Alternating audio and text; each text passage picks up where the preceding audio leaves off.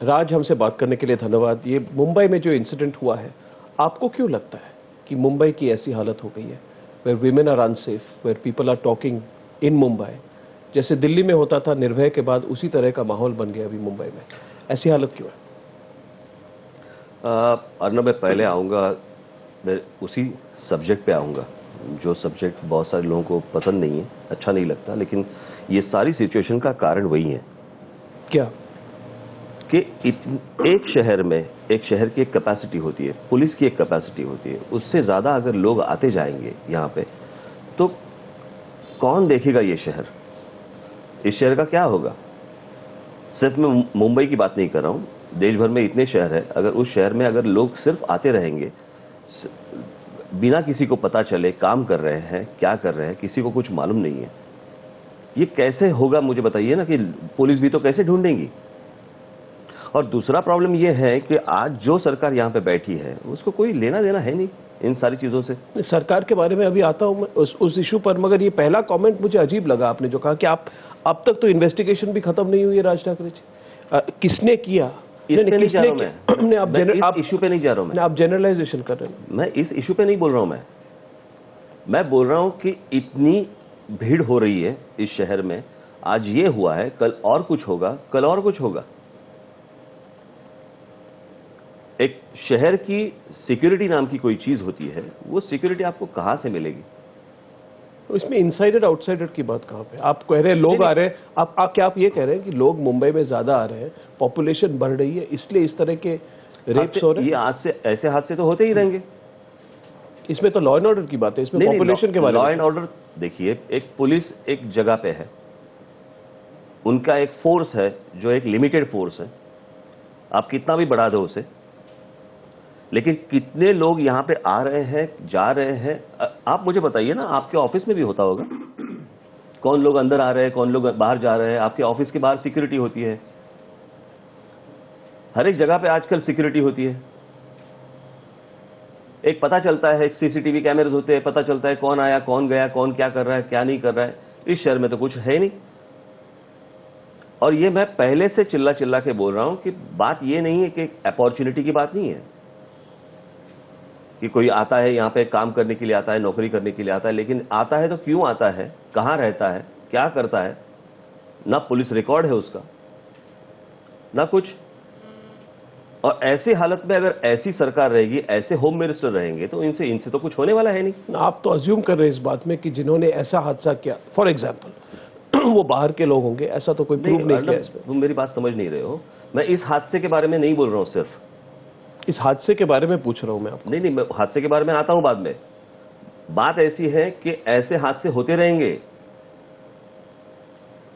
अभी ये आज का जो हादसा है, जो कल उस लड़की का जो हुआ है, अभी दिन दहाड़े अगर ऐसी चीजें होती रहेंगी इस शहर में, आज अपने को ये मालूम है पहले कैसे होता था। देखिए,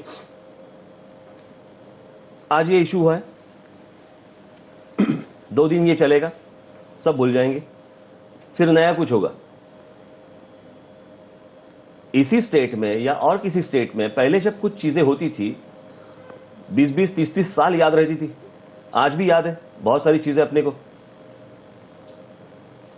यानी फर्स्ट टाइम जब ये मुंबई में ब्लास्ट हुए थे, आज भी लोगों को याद है। मुझे याद है वो पूना में जब जोशी अभ्यंकर उनका जब खून हुआ था, लोग आज भी उसके बारे में बात करते हैं। एक इम्पैक्ट होता था। अभी भी इम्पैक्ट है, मगर इतने ज्यादा इंसिडेंट्स हो रहे हैं। एग्जैक्टली, इतने ज्यादा इंसिडेंट्स हो रहे हैं कि एक चीज पर फोकस करना ही मुश्किल हो गया। मैं वही बोल रहा हूं कि अभी इतने ज्यादा ये सारी चीजें बढ़ रही है कि इसके बाद जो होम मिनिस्टर है, जो गवर्नमेंट है, उसको देखना चाहिए धोखा कहां से है, प्रॉब्लम कहां से है और प्रॉब्लम कहां पे है। इसके ऊपर इनका ध्यान ही नहीं है। प्रॉब्लम तो इसी पे है राज ठाकरे जी की। प्रॉब्लम है कि जो सरकार को करना चाहिए, बिल्कुल, जो पुलिस को करना चाहिए, वो नहीं कर रहे हैं। दूसरी बात यह है कि डर का माहौल नहीं है। मुझे तो लगता है कि आप उस पर ज्यादा ध्यान नहीं दे रहे कि आज जो एक आप सरकार को क्रिटिसाइज आपने किया, आपने आर पाटिल होम मिनिस्टर के बारे में काफी कुछ कहा है।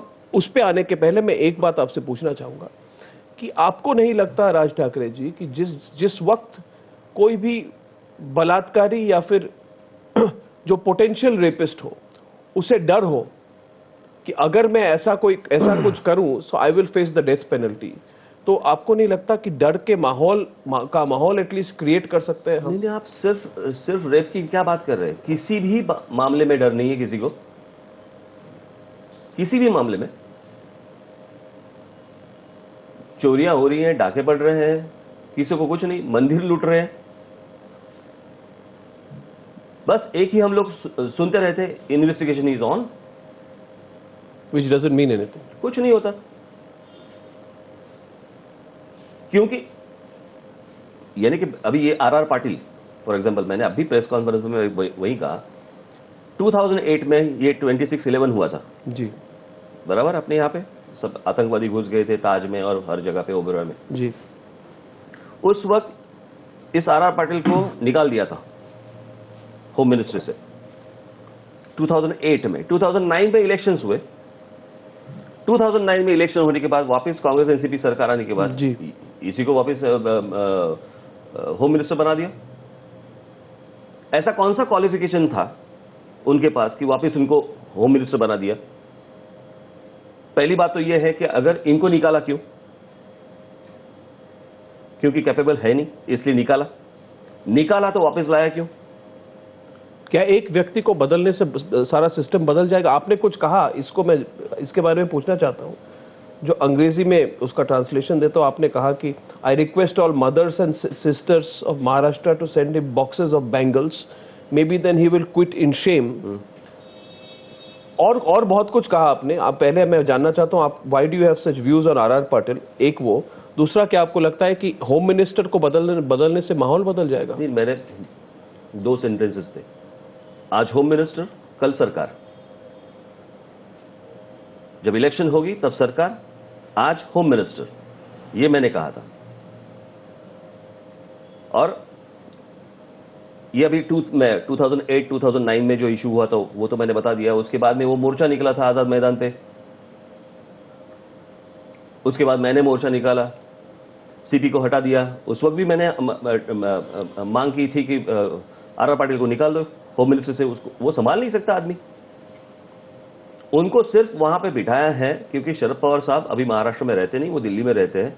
यहाँ की रोज की जो इंफॉर्मेशन होती है वो बस पवार साहब को मिले, इसके लिए वो आदमी है, ट्रस्टेड आदमी है उनका।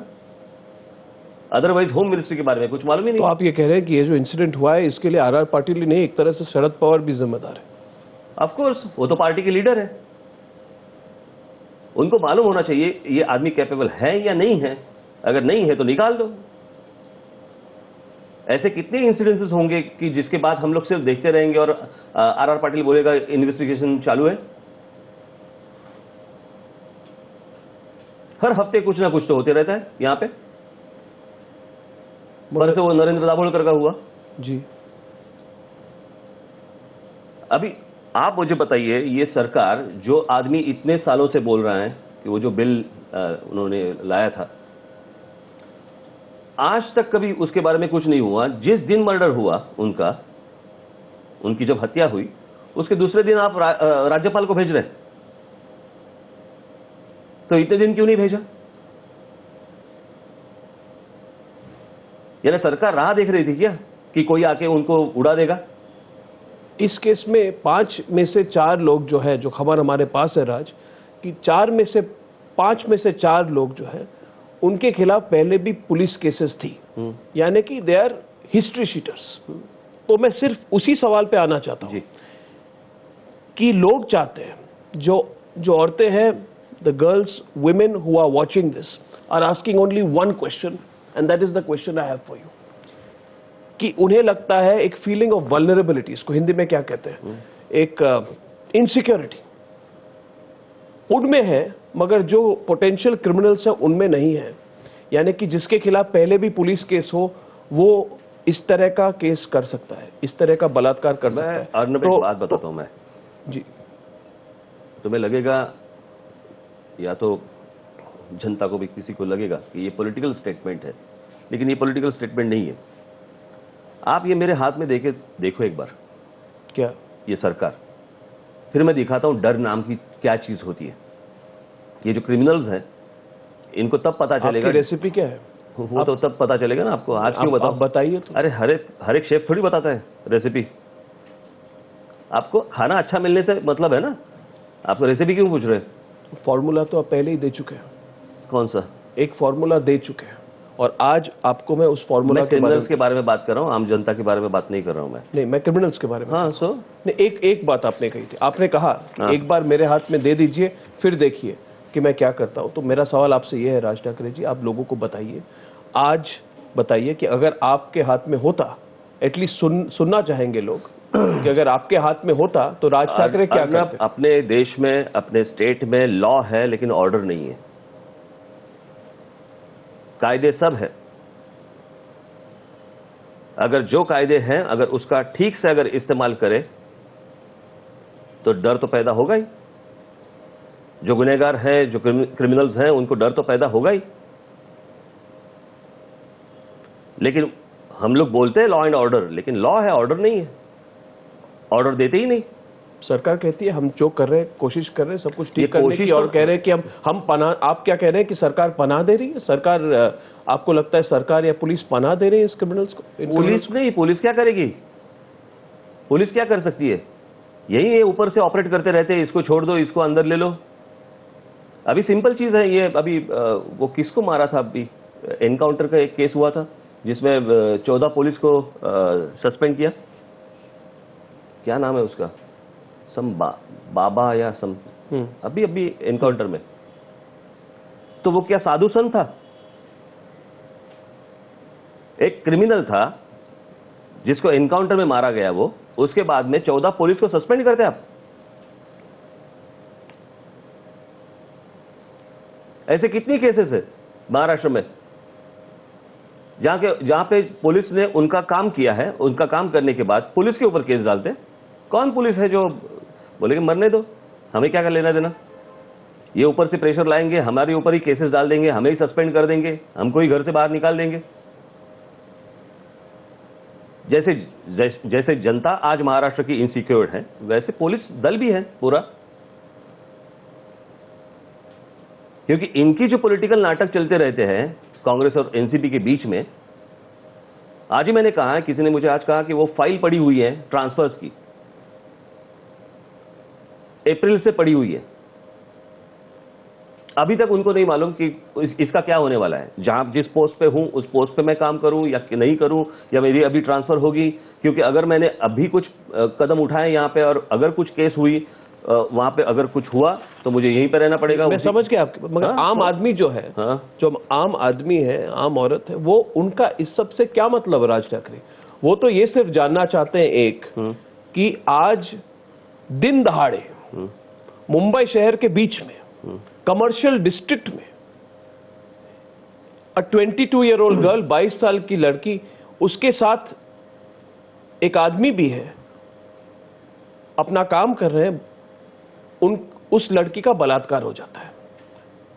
तो आप समझ रहे हैं मेरी बात कि दिन दहाड़े मुंबई में लड़की अकेली भी नहीं है, ये इंसिडेंट हो जाता है। तो वो कहेंगे कि देखिए राज ठाकरे जो कह रहे हैं ठीक है, मुंबई पुलिस को फ्रीडम नहीं है, पुलिस को पॉलिटिशियन यूज करे, मगर आप उन लोगों को क्या कहेंगे जो आज इनसिक्योर फील कर रहे हैं अपने लिए, अपने बहनों के लिए, अपने माताओं के लिए, देखो अपने बीवियों के लिए, आप उनको क्या कहेंगे?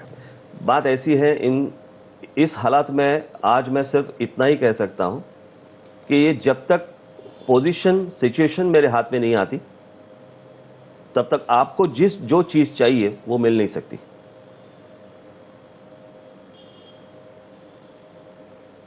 मैं कोई वोट नहीं मांग रहा हूं सिर्फ यहां पे, मैं सिर्फ बोल रहा हूं कि ये जो चेंज है वो चेंज चाहिए, और मुझे मालूम है मैं क्या कर सकता हूं इन लोगों का। अकेले कैसे करेंगे? आपको मैं गवर्नमेंट की बात कर रहा हूं मैं।